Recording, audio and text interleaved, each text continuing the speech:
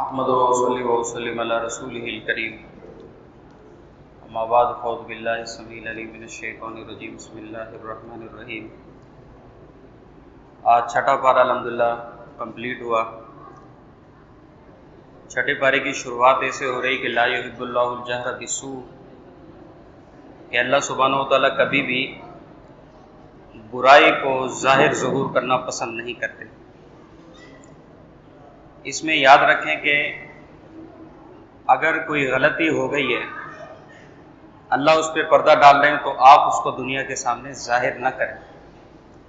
رسول اللہ صلی اللہ علیہ وسلم کا ارشاد ہے، صحیح بخاری کی روایت ہے، فرمایا کہ میری امت کے تمام لوگ جنت میں جائیں گے سوائے ان لوگوں کے جو مجاہر ہوں گے۔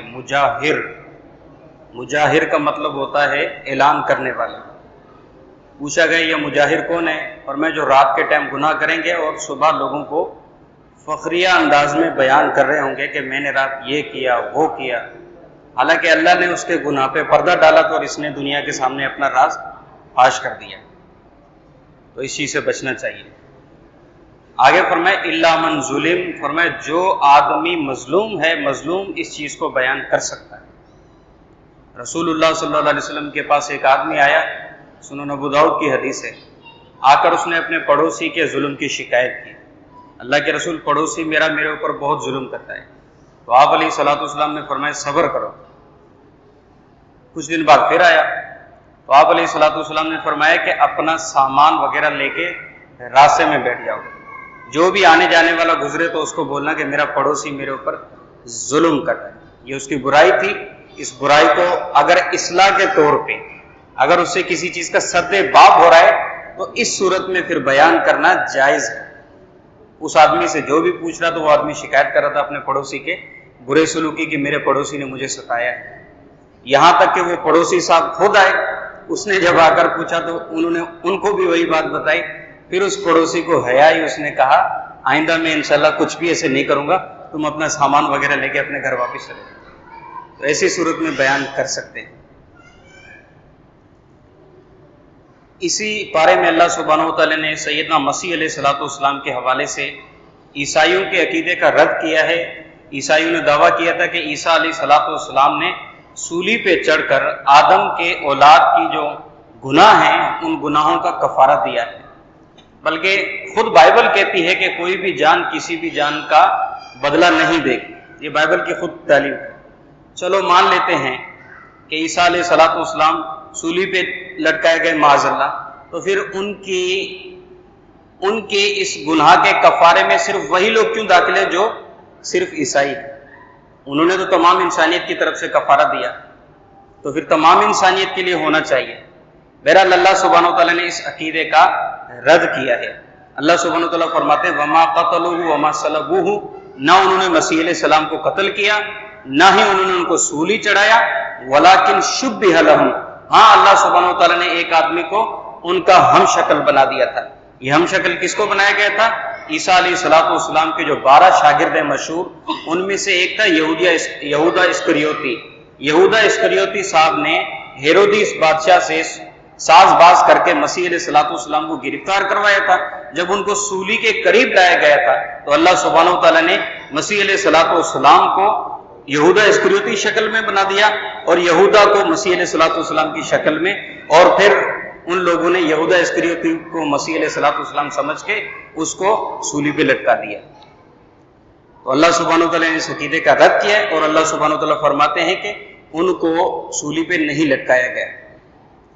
آگے اللہ سبحانہ و تعالیٰ نزول عیسیٰ کے حوالے سے، عیسیٰ علیہ السلام قیامت سے پہلے آئیں گے، اللہ کے نبی علیہ الصلوۃ والسلام نے بھی ذکر کیا ہے۔ آگے اللہ سبحانہ و تعالیٰ نے اسی چیز کو قرآن میں بیان کیا ہے، فرمایا کہ وَإِن مِّنْ أَهْلِ الْكِتَابِ إِلَّا لَيُؤْمِنَنَّ بِهِ قبل موتِهِ، اہل کتاب میں سے یعنی یہودیوں میں سے کوئی بھی ایسا آدمی نہیں ہے مگر اس کو سیدنا مسیح علیہ الصلوۃ والسلام کی موت واقع ہونے سے پہلے ایمان لانا پڑے گا۔ قیامت کے قریب جب عیسیٰ علیہ الصلوۃ والسلام تشریف لائیں گے تو حدیث کے لفظ ہیں عیسیٰ علیہ الصلوۃ والسلام صلیب کو توڑیں گے جس کی عیسائی لوگ پوجا کرتے ہیں، اور جو عیسائی اس وقت مسیح علیہ الصلوۃ والسلام کے ہاتھ پہ اسلام قبول نہیں کرے گا، عیسیٰ علیہ الصلوۃ والسلام اس کو قتل کریں گے۔ آگے اللہ سبحانہ و تعالیٰ نے تھوڑا وعدے کی تلقین کی ہے مومنوں کو، یا ایھا الذین آمنوا اوفوا بالعقود، ایمان والو وعدے کو پورا کیا کرو۔ سورہ مائدہ کی شروعات ہی اس سے ہو رہی، وعدے کو پورا کیا کرو۔ اللہ سبحانہ و تعالیٰ سورہ بنی اسرائیل میں فرماتے ہیں اوفوا بالعہد ان العہد کان مسئولا، لوگوں وعدے کو پورا کرو، وعدے کے بارے میں قیامت کے دن سوال کیا جائے گا۔ آگے اللہ سبحانہ و تعالیٰ نے ایک بہت ہی بہترین معاشرتی اصول بیان کیا ہے، فرمایا کہ تعاونوا علی البر والتقوی، ایک دوسرے سے نیکی اور تقوی کے معاملے میں تعاون کیا کرو، کوآپریٹ کیا کرو۔ نیکی کیا ہے؟ فرمایا البر حسن الخلق، ہر اچھا کام نیکی ہے۔ اگر آدمی ایک آدمی کی اچھے کام میں مدد کرے تو پھر انشاءاللہ معاشرے میں اچھائی کا بول بالا ہو جائے گا۔ اور میں ولا تعاونوا علی الاثم والعدوان، بے حیائی اور گناہ کے معاملات میں اور سرکشی کے معاملات میں ایک دوسرے سے تعاون نہ کیا کرو۔ اگر ہم بے حیائی کے معاملے میں ایک دوسرے سے تعاون نہ کریں، یقین کریں کافی حد تک ختم ہو جائے گی۔ کیسے؟ بھائی واٹس ایپ وغیرہ پہ، سوشل میڈیا پہ جو فحاشی والی چیزیں آتی ہیں، اگر آدمی اس کو اٹھا کے اس کی شیئرنگ بند کر دے تو پھر کتنے لوگ اس سے بچ گئے؟ ولا تعاونوا علی الاثم والعدوان، یہ مثال لے لیں۔ اگر ہم برائی پہ ایک دوسرے سے تعاون کرنا چھوڑ دیں، یقین کریں کافی حد تک برائی انشاءاللہ خود بخود ختم ہو جائے گی۔ اللہ سبحانہ و تعالیٰ نے کچھ حرام چیزیں بیان کی ہیں جن کو ہمارے لیے کھانا جائز نہیں ہے، اور میں حرمت علیکم المیتۃ، مردار ہمارے اوپر حرام ہے، وہ چاہے حلال جانور ہو لیکن مردار ہے تو وہ مردار ہمارے لیے حلال نہیں ہے۔ والدم، اور اللہ سبحانہ و تعالیٰ نے خون کو ہمارے اوپر حرام کیا ہے، خون کا ہم استعمال نہیں کر سکتے کسی بھی صورت۔ ولحم الخنزیر، اور اللہ سبحانہ و تعالیٰ نے قطعی طور پہ سور کا گوشت حرام قرار دے دیا ہے، سور کا گوشت نہیں کھانا کسی بھی صورت۔ وما اہل لغیر اللہ بہ، اور وہ چیز جس پہ غیر اللہ کا نام لیا جائے، وہ کسی بھی صورت۔ ایک تو یاد رکھیں کہ اللہ کے برابر کوئی نہیں ہے، اللہ کے برابر کوئی نہیں ہے۔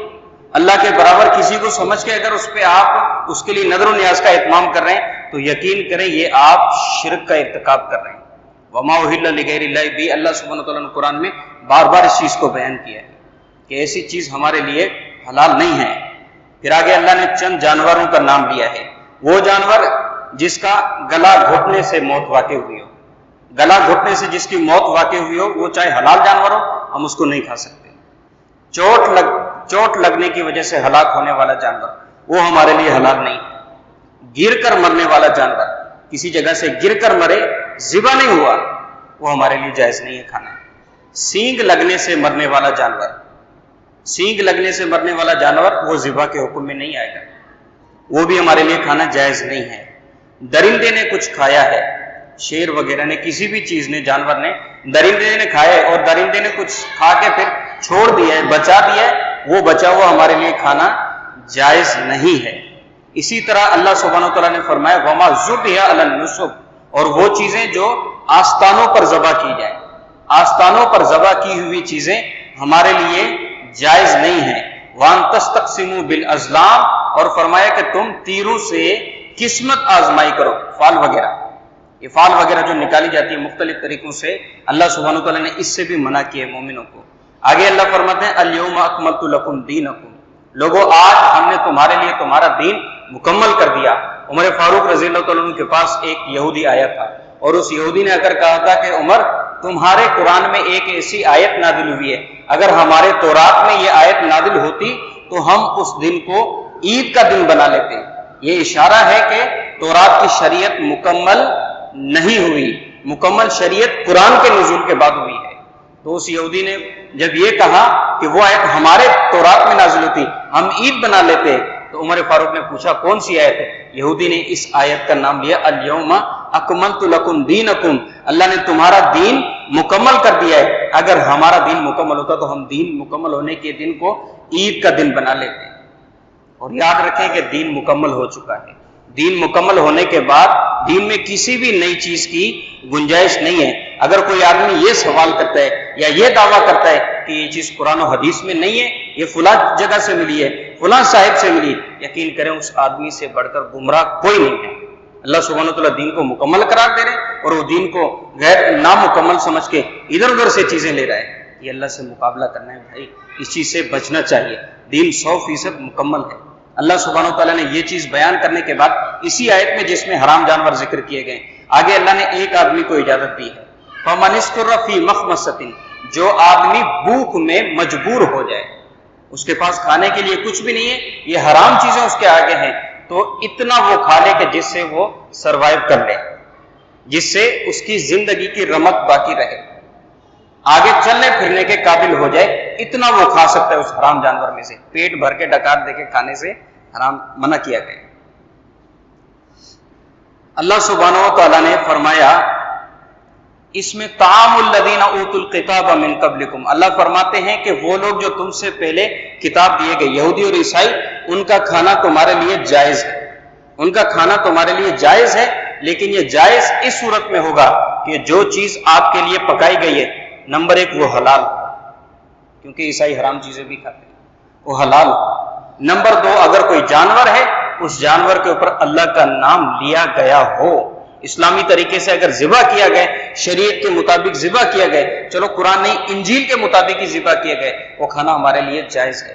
اور تیسری بات یاد رکھیں اس حوالے سے، مذہبی تقریب میں ہم نہیں جا سکتے، ایسٹر کی تقریب، کرسمس کی تقریب، شام کلوری وغیرہ، جو بھی عیسائیوں کی مذہبی تقریبات ہیں، ان مذہبی تقریبات کی اگر آپ کو دعوت ملتی ہے تو اس میں آپ نہ جائیں۔ جیسے ایسٹر مسیح علیہ السلام کے نام پہ مناتے ہیں، کرسمس مسیح علیہ السلام کے نام پہ مناتے ہیں، اور اس میں یہ بھی بات یاد رکھیں کہ کرسمس وغیرہ کے معاملات میں ہم عیسائیوں سے پارٹیسپیٹ نہیں کر سکتے۔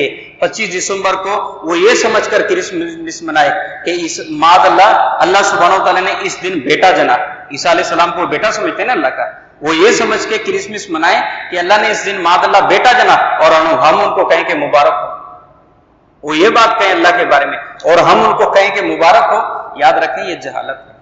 اللہ فرماتے ہیں تکاد السماوات یتفطرن منہ، اللہ فرماتے ہیں آسمان پھٹ پڑے اس بات سے، یہ بات آسمان کہتے ہوئے آسمانوں کو ہمت نہیں ہوگی، آسمان یہ بات کرنے سے پہلے ہی پھٹ جائیں گے۔ وتنشق الارض، اور زمین ریزہ ریزہ ہو جائے گی، تخر الجبال حتا، اور پہاڑ ریزہ ریزہ ہو کر روئی کی صورت میں بکھر جائیں، یہ بات کہتے ہوئے ان دعوا للرحمن ولدا، کہ انسانوں نے اللہ کے لیے بیٹے کی دعویٰ کر دی ہے، انسان اللہ کے لیے بیٹے کی دعویٰ کرتا ہے، اللہ فرماتے ہیں پہاڑوں کو، آسمانوں کو، زمینوں کو یہ بات کرنے کی ہمت نہیں ہے، بچنا چاہیے اس چیز سے۔ والمحصنات من الذین اوتوا الکتاب من قبلکم، آگے اللہ سبحانہ و تعالیٰ فرماتے ہیں وہ پاک دامن عورتیں جو تم سے پہلے جن لوگوں کو کتاب دیا گیا ان سے ہیں، عیسائی اور یہودی عورت سے، اللہ فرماتے ہیں تمہارے لیے شادی جائز ہے، اس صورت میں کہ جب اس کا آپ کے اوپر غلبہ نہ ہو۔ بیشتر لوگوں نے یہ چیز سمجھ کر کے اللہ سبحانہ و تعالیٰ نے اجازت دی ہے، شادی کر لی، پھر معاذ اللہ اس کا نقصان یہ ہوا کہ نہ وہ اگر وہ عیسائی نہیں ہوئے تو مسلمان بھی نہیں رہے۔ اگر آپ ان کے اوپر دعوت کا کام کرنا چاہتے ہیں، اگر آپ ان کو راہ راست پہ لا سکتے ہیں، اس صورت میں آپ کے لیے جائز ہے، اگر نہ پھر آپ کو اگر ایمان کا خطرہ ہو تو اس صورت میں آپ قرآن کے اس حکم پہ عمل نہ کریں، نہ کرنے میں انشاءاللہ آپ کے لیے اجر ہے۔ اللہ سبحانہ و تعالیٰ نے وضو کا ذکر کیا ہے، اذا قمتم الی الصلاۃ فاغسلوا وجوہکم، اس آیت میں اللہ سبحانہ و تعالیٰ نے وضو کا ذکر کیا ہے، وضو کرنا قرآن سے ثابت ہے، اللہ کے رسول علیہ الصلوۃ والسلام نے اس چیز کا اجر بیان کیا، اور آدمی اگر زیادہ سے زیادہ باوضو رہے یہ اس کے لیے باعث اجر ہے انشاءاللہ۔ اللہ سبحانہ و تعالیٰ نے آگے توحید کا ذکر کیا ہے، لقد کفر الذین قالوا ان اللہ هو المسیح ابن مریم، اللہ فرماتے ہیں کہ ان لوگوں نے کفر کیا ہے جو لوگ یہ کہتے ہیں کہ مسیح بن مریم یعنی عیسیٰ علیہ الصلوۃ والسلام معاذ اللہ خود اللہ ہے، جو کہتے ہیں نا تین مل کر ایک، عیسیٰ روح القدس اور اللہ، اور دوسری روایت کے مطابق عیسیٰ مریم اور اللہ، یہ سارے عقیدے غلط ہیں۔ اللہ فرماتے ہیں جو لوگ یہ دعویٰ کرتے ہیں وہ لوگ کافر ہیں، اگر مسلمان بھی اس طرح کا عقیدہ رکھے تو مسلمان بھی گمراہ ہے۔ اس طرح کی بڑی شاعریاں آپ کو ملیں گی، صورت ترجمان ہے تصویر میرے پیر کی، علم القرآن ہے تقریر میرے پیر کی، کیا خدا کی شان ہے یا خود خدا ہے، جلوہ گر ملتی ہے اللہ سے تصویر میرے پیر کی۔ بھائی ان چیزوں سے بچنا چاہیے، اگر عیسائی یہ بات کرے، عیسائی گمراہ ہے، اور مسلمان اگر یہ عقیدہ اپنائے تو مسلمان راہ راست پہ نہیں ہو سکتا، یہ گمراہی ہے۔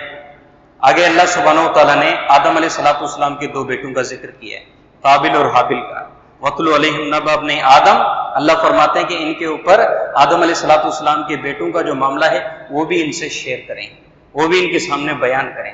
مزید تفصیل اللہ سبحانہ وتعالی نے قرآن میں بیان کی ہے۔ اسی طرح اس پارے میں اللہ سبحانہ وتعالی نے ایک چیز یہ بھی بیان کی ہے کہ مومنین جو ہیں، مومنوں کے سب سے بڑے دشمن یہودی ہیں، اور مومنوں کے جو سب سے زیادہ ہمدرد ہیں وہ ہمدرد لوگ عیسائی ہیں۔ موجودہ دور میں عیسائیوں میں میرے تجربے کے حساب سے جو کیتھولک فرقہ ہے، وہ کیتھولک فرقہ مسلمانوں کے بارے میں کافی اچھی سوچ رکھتا ہے۔ قرآن کی اس تفسیر کی صورت موجودہ دور میں کیتھولک فرقہ ہے۔ اسی طرح اس بارے میں اللہ سبحانہ وتعالی نے چوری کی سزا کا ذکر کیا ہے، اور بھی بہت ساری چیزیں ہیں۔ اسی طرح اگر کوئی آدمی یہودی اور عیسائیوں کے بارے میں تفصیلی معلومات لینا چاہتا ہے تو میرا مشورہ ہے کہ اس کو سورہ مائدہ کا ترجمہ پڑھنا چاہیے۔ اللہ سبحانہ وتعالی نے سورہ مائدہ میں ذرا ان کے حالات تفصیل سے بیان کیے ہیں۔ اللہ سبحانہ وتعالی سمجھنے اور عمل کرنے کی توفیق عطا فرمائے۔